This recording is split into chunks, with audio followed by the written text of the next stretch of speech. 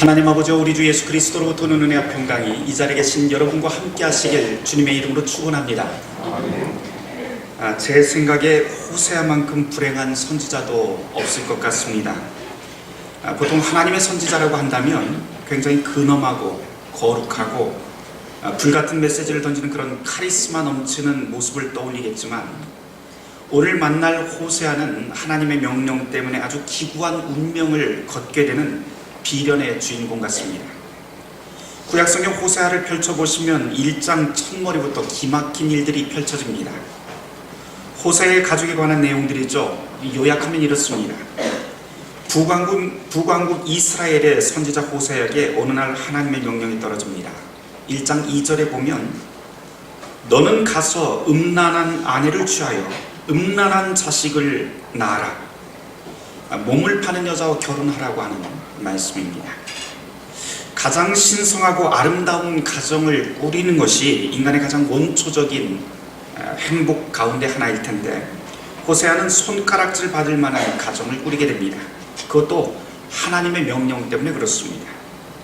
그러나 호세아는 말씀에 순종을 하죠. 고멜이라고 하는 음란한 여인을 아내로 삼게 됩니다. 그리고 자식을 낳습니다. 그런데 이 비극은 여기에서 끝나지 않습니다.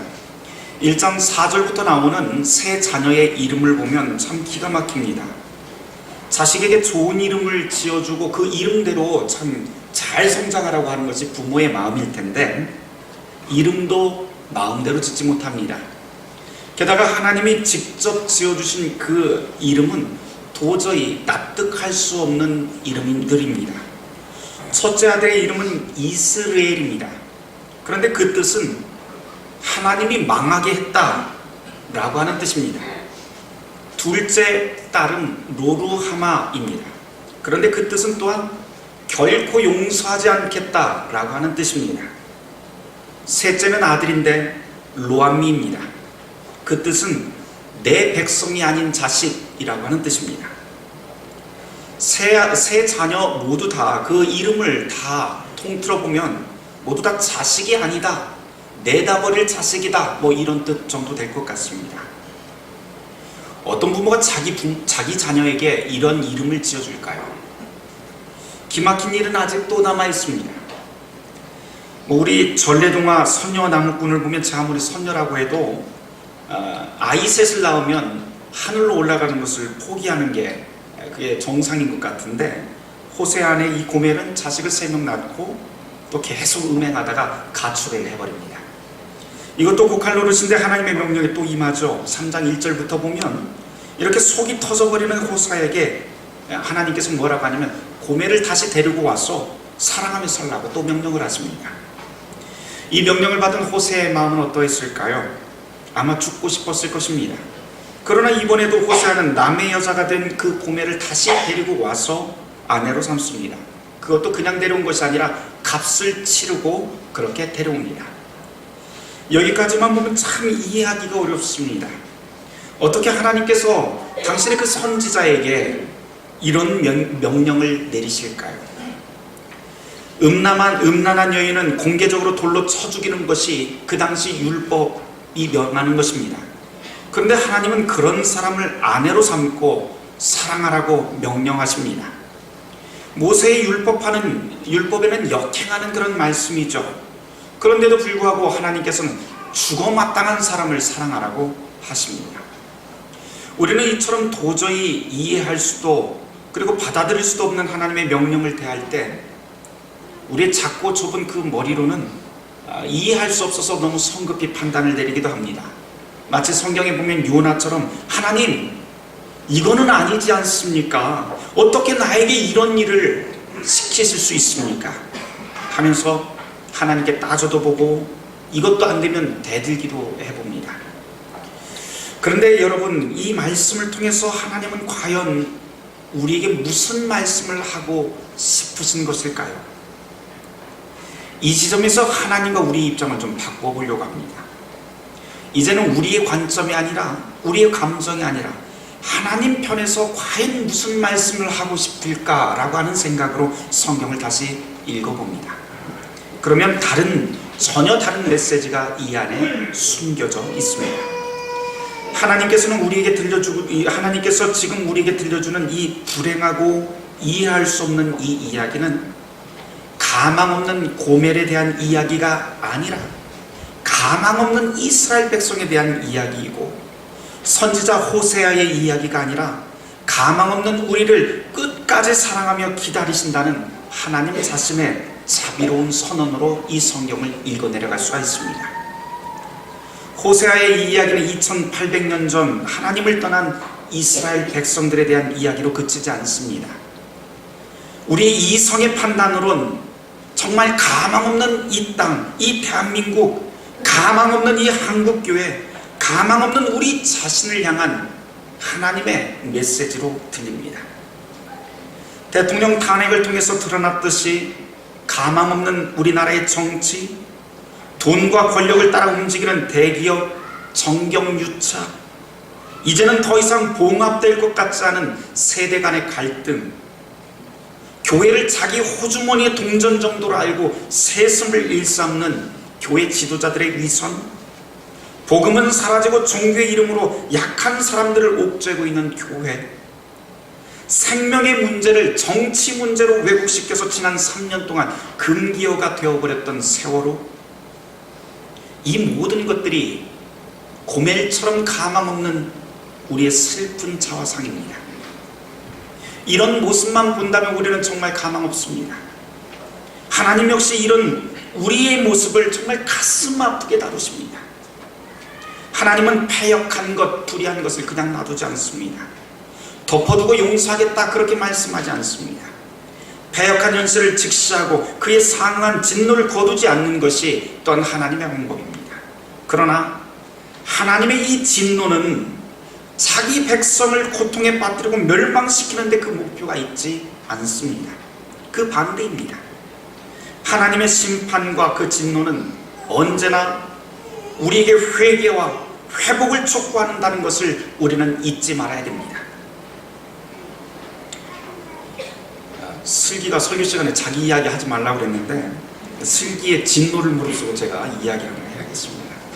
예전에는 뭐 사탕, 껌, 아이스크림 뭐 이런 거를 입에도 대지 않더니 이제 좀 컸다고 너무 자신만만하게 이런 것을 요구를 합니다.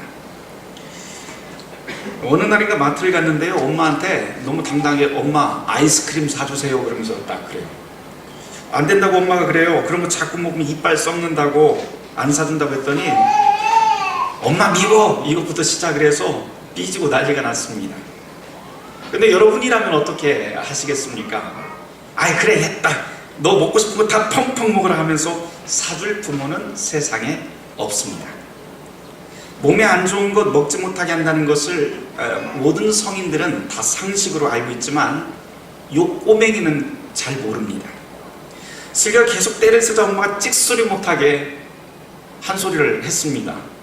그러자 슬기가 집에 올 때까지 막 뾰루퉁하게 막 삐져서 말도 않고 엄마 미워만 계속 연신 그러면서 옵니다. 자 여러분, 엄마가 슬기 미워서 그렇게 혼냈을까요? 아니요, 그렇지 않습니다. 그런데 이걸 아이들은 잘 모릅니다. 하나님께서 이스라엘을 징벌하는 방법, 당신의 백성을 다루시는 그 방법도 바로 이런 것이지요. 하나님은 호세아를 통해서 패악한 이스라엘의 모습을 경고하고 징벌합니다. 그러나 이 땅의 모든 엄마들이 그러하듯이 하나님은 당신의 백성들에게 여전히 그 희망을 거두지 않고 사랑을 거두지 않습니다. 호세아가 타락한 아내를 끝끝내 찾아 나선 것처럼 타락한 그 이스라엘을 자기의 백성이기 때문에 하나님은 끝끝내 사랑하시고, 희망이 사라진 대한민국이라고 할지라도 하나님께서는 우리 안에서 여전히 희망이 있다고 선언해 주시는 것이 오늘 이 말씀을 통해서 얻게 되는 메시지입니다. 호세아의 말씀에서 우리가 경청해야 될 것이 바로 이것 아닐까요? 자기 백성을 향한 하나님의 아픔은 절대로 저주로 끝나지 않습니다. 하나님의 온전한 뜻을 알고 있는 호세아는 패역한 민족에게 영원한 하나님의 사랑을 선포하죠. 우리 호세아 6장 1절 2절 말씀 한번 찾아서 같이 한번 읽어보도록 하겠습니다. 호세아 6장 1절 2절 말씀입니다. 같이 읽습니다. 오라, 우리가 여호와께로 돌아가자. 여호와께서 우리를 쓰셨으나 도로 낫게 하실 것이요 우리를 치셨으나 싸매어 주실 것입니다. 여호와께서 이틀 후에 우리를 살리시며 제3일에 우리를 일으키시리니 우리가 그 앞에서 살리라. 아멘. 이 복되고 기쁜 소식이 성서 전체를 관통하고 있습니다. 이 복음의 선포는 자기 백성을 향한 하나님의 자비로운 선언이고 복된 약속입니다. 누구든지 하나님 앞으로 돌아갈 때 하나님께서는 모두 다 살려주신다라고 약속을 하고 있습니다. 성경은 이처럼 처음부터 끝까지 가망 없는 이들을 향해서 하나님께 돌아오라고, 너희를 내가 살리겠다고 계속해서 우리에게 끊임없이 말씀하고 있습니다. 그러므로 우리는 돌아오라 라고 하는 이 하나님의 음성에 귀를 기울여야 합니다. 우리가 다시 사는 길, 그것은 바로 하나님께 돌아오는 길밖에는 없습니다. 그런데 여러분, 여기서 한 발짝만 더 들어가 보려고 합니다. 그러면 하나님께 돌아가는 길, 하나님 앞으로 돌아가는 길이라고 하는 것은 과연 무엇일까요? 가장 확실한 방법은 하나님의 아들이 알려주신 길을 따르는 게 가장 확실한 방법이겠죠. 예수님께서는 하나님의 뜻을 아주 간단하게 요약하신 일이 있습니다. 무엇으로 요약합니까? 하나님을 사랑하고 이웃을 사랑하라. 하나님 사랑과 이웃 사랑이라고 하는 것은 동전의 양면과 같이 떨어질래야 떨어질 수 없는 것입니다. 그럼 여러분, 이웃 사랑하라고 주님께서 그렇게 말씀을 하는데 이것이 하나님 앞으로 돌아가는 일이라고 하는데, 과연 우리 이웃은 누구일까요? 이웃이라고 하는 말은 사실 나와 가장 가까이 붙어 있는 사람이다 라고 하는 뜻입니다. 그렇다면 여러분에게 지금 가장 가까운 이웃은 누구입니까? 누구일까요? 여러분에게 가장 가까운 이웃. 사실 가만히 생각해 보면 내 옆에 있는 사람이 가장 가까운 이웃이 아니라 사실 나 자신이 가장 가까운 이웃입니다. 그렇다면 우리가 하나님이 우리를 사랑하신 것처럼 이웃 사랑하라고 하는 이 말씀의 출발점은 어디서부터 시작을 해야 되냐면, 자기 자신을 소중하고 가치 있는 것으로 여기는 일부터 시작해야 됩니다. 우리가 그리스도 안에 있는 이상, 죄인을 의롭게 여기시는 그 하나님의 구원의 은총의 메시지를 들은 이상, 그리스도 안에 있는 이상 그 어느 것도 우리를 우습게 여길 수 없습니다. 왜냐하면 그리스도 안에 있는 하나님의 사랑이 여러분 자신을 귀하고 복되게 부르셨기 때문입니다. 여러분은 하나님 앞에서 가장 가치 있는 사람으로 부름받았습니다. 이것이 바로 매일 우리 루터교에서 이야기하는 칭의론이라고 하는 것의 핵심입니다. 그렇기 때문에 여러분 자신을 쓸모없고 가망없는 존재로 그렇게 비하하지 마십시오. 여러분 따라서 한번 해볼까요? 나는 가치 있는 사람이다. 자, 여기서부터 이웃사랑이 출발합니다. 나를 하나님 앞에서 가치 있는 존재로 인정하고, 그리고 거기서부터 이웃사랑이 시작하는데, 바로 옆에 사람에게 그 이웃사랑이 이제 점점점 넓어집니다. 내 옆에 누가 있어요? 내 아내가 있습니다. 내 남편이 있습니다. 내 자녀가 있습니다. 내 가족이 있어요. 그럼 내 아내가 같이 있고, 내 자녀가 같이 있고, 내 가족이 같이 있고, 내 직장 동료가 같이 있고, 우리 교회 교우들이 같이가 있고, 내가 살고 있는 이 나라와 이 민족이 같이 있는 것입니다. 이런 식으로 우리의 이웃은 하나님 안에서 매일매일 그 사랑의 범위가 넓어지는 것입니다. 이것이 바로 하나님을 사랑하는 것이고, 동시에 이웃을 사랑하는 신앙생활입니다. 그런데 여러분, 여기서 한 가지 더 기억하시길 바랍니다. 성경에서 말하고 있는 우리의 이웃이라고 하는 것은 나와 관련된 사람만 이웃이라고 말하지 않습니다. 성경이 가르치고 있는 이웃은 분명히 나로부터 시작하지만 궁극적으로 나와 상관이 없는 사람에게까지 확장이 됩니다. 자신과 관련된 사람만 사랑하는 것, 나를 사랑해주는 사람만 사랑하는 것, 나를 인정해주는 사람만 사랑하는 것, 그거는 세상 그 누구나 다 할 수 있는 사랑입니다. 그러나 하나님의 사랑을 한번 보십시오. 그분은 예언자를 통해서 가망 없는 이스라엘을 사랑하셨고, 그분의 아들은 십자가를 통해서 가망 없는 모든 사람들을 사랑과 구원의 약속을 우리에게 주셨습니다. 그렇다면 기독교적 이웃사랑이라고 하는 것은 최종적으로 내가 보상받을 수 없는 사람에게 나누어주는, 내가 보상받을 수 없는 사람에게 나누어주는 섬김의 삶이 이웃사랑이라고 말을 할 수가 있습니다. 예수님은 이것 때문에 원수사랑까지 말씀을 하십니다. 물론 우리에게는 그런 원수사랑 처음부터 불가능한 일입니다. 이웃사랑이라고 해봤자 우리에게는 고작해야 내가 밥 한 그릇 사주면 나중에 밥 한 그릇 얻어먹겠다고 하는 그런 심보로 베푼 것이 우리 이웃사랑입니다. 그러나 이런 종류의 베품은 이웃사랑이 아니라 거래일 뿐이죠. 주님께서 우리에게 보여주시고 가르쳐주신 이웃사랑은 이런 종류가 아닙니다. 내가 베푼 호의가 돌아오지 않을 것을 알고 베푸는 그런 선한 행동이 주님께서 가르쳐주신 그 이웃사랑이고 그리스도인의 참된 섬김의 모습입니다. 내 호의를, 내가 베풀어준 그 호의를 갚을래야 갚을 수 없는 그렇게 약하고 가난한 사람을 찾아 위로하고 힘을 주고 섬기는 것이 바로 그리스도인의 이웃사랑이고 섬김입니다. 또한 그렇게 섬기고 그렇게 사랑한다고 내 자랑으로 삼지 마십시오.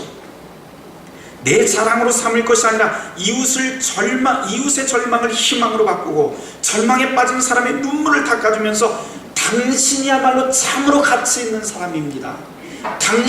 당신이야말로 하나님 앞에 정말 가치 있는 존재입니다 라면서 희망을 북돋워주는 일, 그것이야말로 하나님 사랑이고 이웃사랑입니다. 이런 것이야말로 세상이 이해할 수 없는 종류의 사랑입니다. 왜냐하면 이렇게 한다고 해서 내 자신에게 그 이익이 돌아오지 않기 때문이죠. 그러나 이런 이웃사랑이야말로 예수님께서 십자가에 보여주신 하나님의 사랑 아닙니까? 십자가를 믿는다는 것은 그래서 하나님을 사랑한다고 하는 뜻이 됩니다. 그리고 하나님을 사랑한다고 하는 것은 바로 이렇게 하나님이 보여주신 사랑으로 이웃을 사랑한다는 뜻이 됩니다. 바로 그러한 자리에서 절망 한가운데 희망의 싹이 움트게 됩니다. 우리의 주변을 한번 돌아봅시다. 정치, 경제, 교회, 그 무엇 하나 희망을 노래할 구석이 보이지 않습니다. 그러나 여러분, 만일 내가 베푼 그 호의가 돌아오지 않는 곳이 어디인지, 그리고 내가 베푼 호의가 돌아오지 못할 그곳에 사랑과 섬김의 일을 이 땅에 있는 대한민국에 있는 모든 교회와 성도가 매일 한 가지씩 찾아서 실천한다면 이 대한민국에 어떤 일들이 벌어질까요? 억울해서 울고 있는 현장을 한국교회가 하루에 한 곳씩이라도 찾아가서 위로하며 함께 울 수 있다면 이 땅에 어떤 일이 벌어질까요? 사랑하는 성도 여러분, 바라기는 주님께서 베푸신 이 십자가의 사랑의 작은 씨앗을 이웃 한가운데, 그리고 여러분의 일상 한가운데 심어가며 이 땅에 하나님의 나라를 이루어가는 복된 성도들 되시길 주님의 이름으로 축원합니다. 모든 지각에 뛰어난 하나님의 평강이 그리스도 예수 안에서 너의 마음과 생각을 지키시리라. 아멘.